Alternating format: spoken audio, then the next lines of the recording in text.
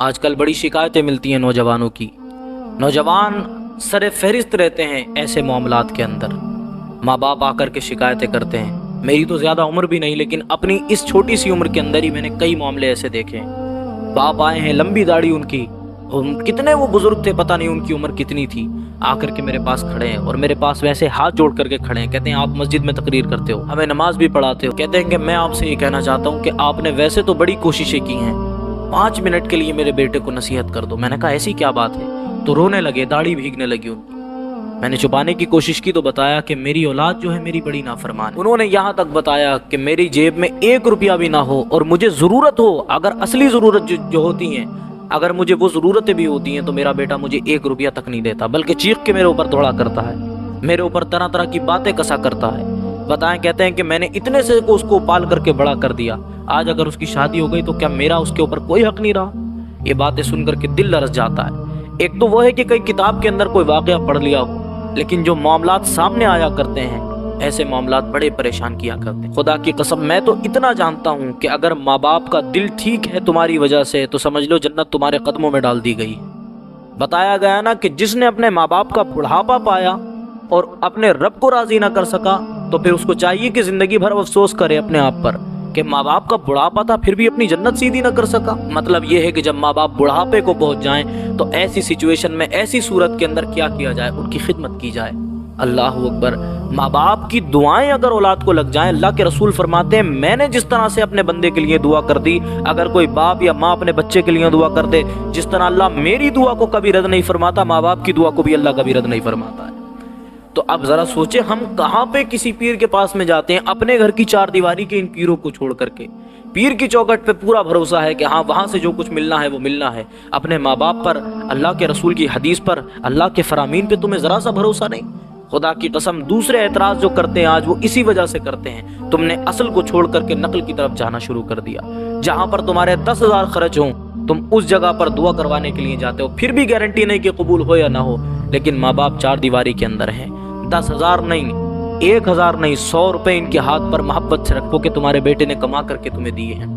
اپنا دل ٹھنڈا کرو، کچھ خرچ کی چیز ہو تو مجھے بتاؤ۔ خدا کی قسم دعا کہے یا نہ کہے، تیرے ماں باپ نے خود اگر ہاتھ اٹھا کے تیرے لیے دعا کر دی، 100 پیروں کی دعا رد ہو سکتی ہے، تیرے باپ کی دعا کبھی رد نہیں ہو سکتی۔ وہ سنا ہوگا آپ نے کہ حضرت موسیٰ علیہ السلام نے عرض کی تھی، اللہ میں چاہتا ہوں کہ جنت میں جس کو تو نے میرا پڑوس دیا ہے مجھے اس سے دنیا میں ملوا دے۔ تو ارشاد ہوا، اے موسیٰ چلے جانا ایک بستی کے اندر، وہاں قصائیوں کی دکانیں ہوں گی، ایک قصائی جلدی دکان بند کر کے جائے گا، اس کی دکان بند ہوتے وقت ہی اس کے پاس جانا اور جا کر کے کہنا کہ ہم تمہارے مہمان بننے کے لیے آئے ہیں، اور جب تک وہ خود نہ بتا دے اپنی پہچان مت بتانا۔ اللہ اکبر۔ حضرت موسیٰ نے ایسا ہی کیا، ایک دکان مل گئی۔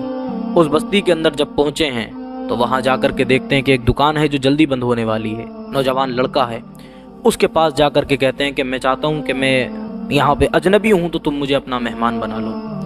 تو اس شخص نے بھی، وہ نیک سیرت کوئی آدمی، اس شخص نے کہا ٹھیک ہے میں آپ کو مہمان بنا لیتا ہوں، اپنے ساتھ میں لے کر کے چلا گیا۔ گھر گئے ہیں حضرت موسیٰ علیہ السلام اس نے کھانا بنانا شروع کیا۔ تو جب کھانا بن گیا تو ایک جگہ اس نے روٹی کے کچھ ٹکڑے نکال کر کے ایک پیالے کے اندر رکھے، اس کے اندر تھوڑا سا پانی ملایا اور تھوڑا شوربہ ڈال کر کے ایک کمرے کے اندر لے کے گیا، اور وہاں تھوڑی دیر اس نے باتیں کی کسی سے، اس کے بعد میں واپس آ گیا۔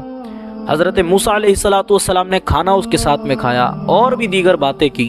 جب واپس آنے کا وقت ہوا تو حضرت موسیٰ نے کہا، اے شخص ذرا یہ تو بتا، تو نے سالن کے اندر جو روٹی کے ٹکڑے ملائے تھے اور اس کے اندر پانی ملایا، پھر تو اندر لے کر کے گیا، تو نے کچھ باتیں بھی وہاں پر کی تھیں، ذرا بتا تو صحیح اندر کون تھا جس کے لیے تو نے اتنی محنت کی؟ تو اس شخص نے جواب دیا کہ اندر میری بوڑھی ماں تھی جس سے اب چلنا پھرنا بھی نہیں آتا ہے، وہ چل پھر بھی نہیں سکتی ہے، لیکن اس کے باوجود بھی میں اس کی خدمت کرتا ہوں تاکہ اللہ تعالیٰ مجھے کچھ اجر عطا کر دے۔ تو حضرت موسیٰ نے کہا تھا کہ بتا اس کے بدلے میں تیری ماں تجھے کیا دیتی ہے، یا تجھے کون سا انعام اب تک اللہ تعالیٰ کی طرف سے ملا ہے؟ تو اس شخص نے کہا تھا کہ میں روز یہی کرتا ہوں، اپنی ماں کو اس طرح سے جا کر کے کھانا دیتا ہوں، اس کو ہنسانے کی باتیں کرتا ہوں، اس کے چہرے پر مسکراہٹ آتی ہے، کھانا کھانے کے بعد میں وہ ہاتھ اٹھا کر کے دعا کرتی ہے، اے اللہ تو نے دنیا میں ہر کسی کو نعمتیں دی ہیں، آخرت میں بھی تو نعمتیں عطا فرمائے گا، میرا بیٹا چاہے دنیا میں غریب مر جائے مگر کل قیامت میں تو اس کو جنت عطا کرنا، اور جنت بھی ایسی ویسی نہیں، اے میرے پاک پروردگار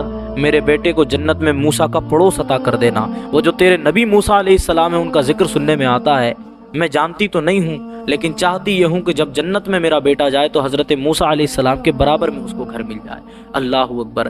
حضرت موسیٰ کی آنکھوں سے آنسو نکلنے لگے۔ اس نوجوان نے کہا تھا، اے اجنبی، تم کیوں روتے ہو؟ تمہاری آنکھوں سے آنسو بہنے کا مطلب کیا ہے؟ یہ بات تو خوشی کی ہے کہ میری ماں میرے لیے ایسی دعا کرتی ہے۔ حضرت موسیٰ نے کہا تھا کہ مجھے یہ دکھ رہا ہے کہ ماں کی دعا کے اندر کتنی تاثیر ہوتی ہے۔ ماں باپ جب اپنی اولاد کے لیے دعا کرتے ہیں تو اللہ تعالیٰ ان کی دعاؤں کو قبول کرتا ہے۔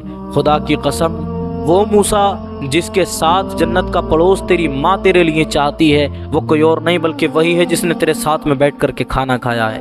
وہ کوئی اور موسیٰ نہیں ہے بلکہ وہی ہے جو تیرے سامنے کھڑا ہو کر کے رو رہا ہے۔ اس نوجوان کی آنکھوں سے آنسو نکلے۔ جب ماں باپ اپنے بچوں کے لیے دعائیں کریں تو وہ بچے اگر سمندر کے اندر غوطے کھاتے ہوں تب بھی ڈوبا نہیں کرتے، بلکہ ماں باپ کی دعائیں ان کو اٹھا کر کے کناروں سے لگا دیا کرتی ہے۔